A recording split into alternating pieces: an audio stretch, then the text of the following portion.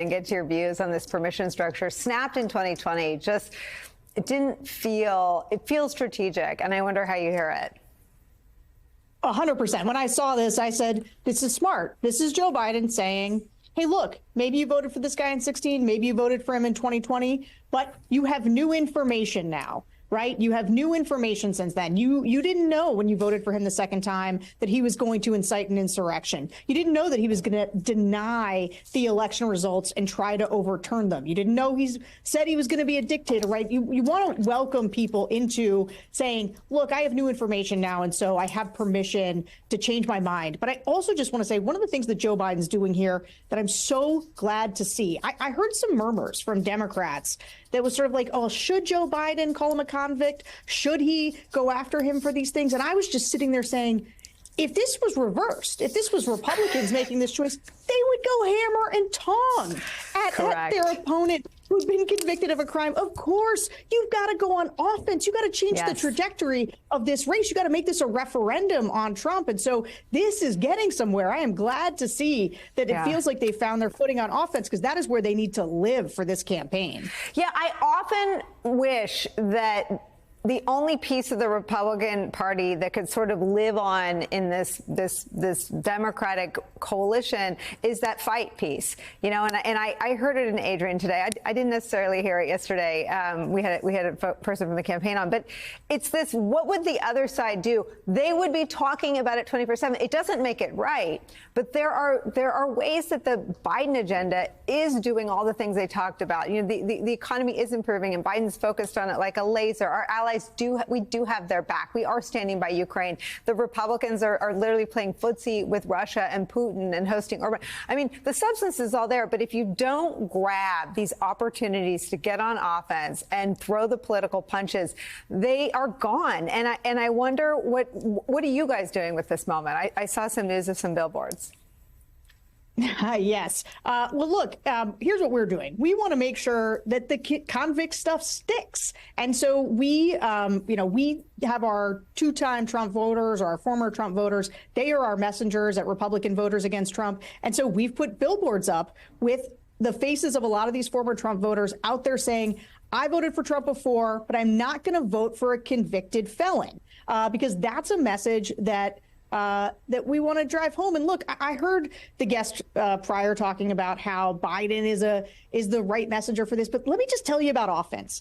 Offense requires tons of surrogates, right? This isn't just Joe Biden's job. This is the entire Democratic Party's job. This is the Democratic voters' job. With Republicans, right? What did they do? They would go out there and they would rally behind Trump and help drive this message. And that's what everybody needs to be doing in this moment, so no American misses what's happening right now. You know, I also wonder, Sarah, I had McKay Coppins on yesterday in this article about European leaders whose hair is on fire. Well, you know who knows a lot of European leaders? Mitt Romney, Mitch McConnell, Bob Corker, Mark Milley, Jim Mattis, John Kelly. I mean, I'm not satisfied. I wonder how you feel about a concerted effort to get all those people to say, yeah, I hear the same things from my allies and friends when I'm on Codels, because I've been serving in public life for so long. And so I'm going to vote for Biden, because I may not agree with every policy that he's for, but I know that their terror and their fear is because this time Trump is running on a promise to annihilate our alliances and support our enemies. Where is that piece of this? Yeah, so look, you know that I believe that there is one of the most important things that needs to happen going forward is for the people who saw something, they need to say something. The members of Trump's cabinet who worked with him, who now and who have gone on background, you know, to The Atlantic, or maybe they've said something here and there.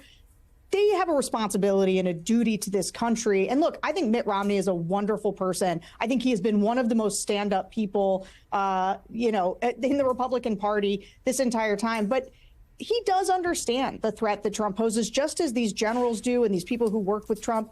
And their affirmative support for Biden is going to matter, because that is how you say, look, I'm not a Democrat. I've never worked for a Democrat. I don't vote for Democrats. But in this case, I'm going to do it because this guy is so dangerous. And we're going to need them to get there as this goes on, because you know that they believe that Trump is that dangerous. Yeah, I mean, I made a list on my sheets yesterday, David Jolly, McConnell, Corker, Bolton, Haley, Romney. I mean, you could Thune, Portman. Yeah. I mean, all the people that we once knew.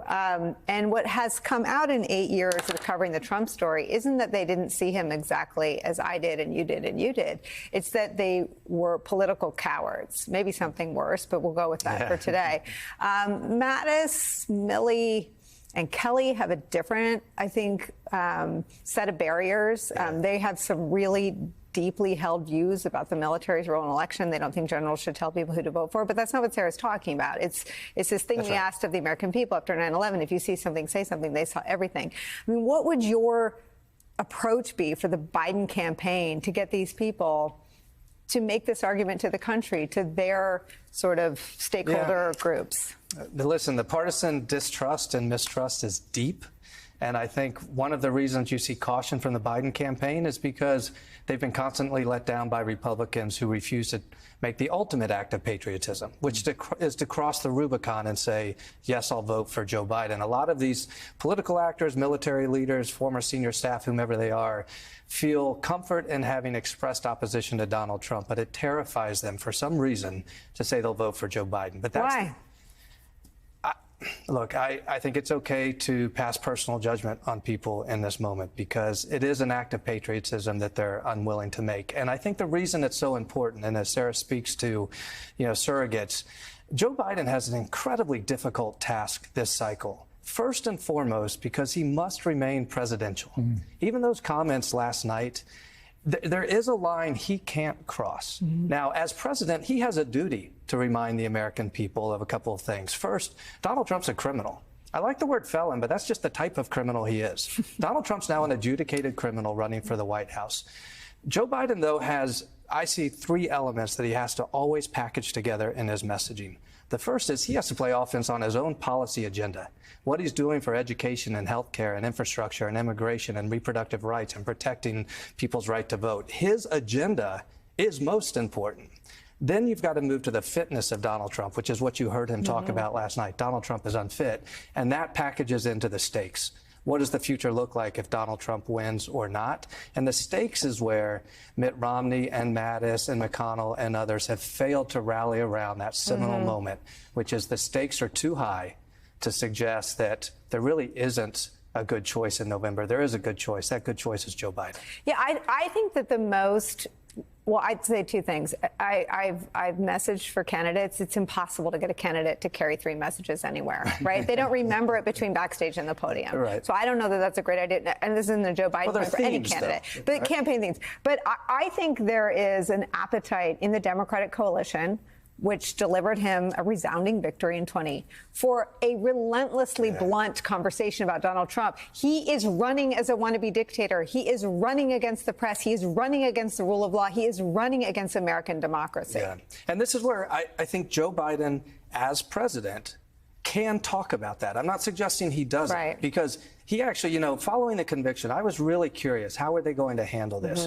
Because a low blow from the campaign is fine. A low blow from the president feels a little differently, but he has a duty as president, whether it polls well or not, to remind the American people about Donald Trump's criminality and lack of fitness. I think you're seeing him wade into that message. Yeah.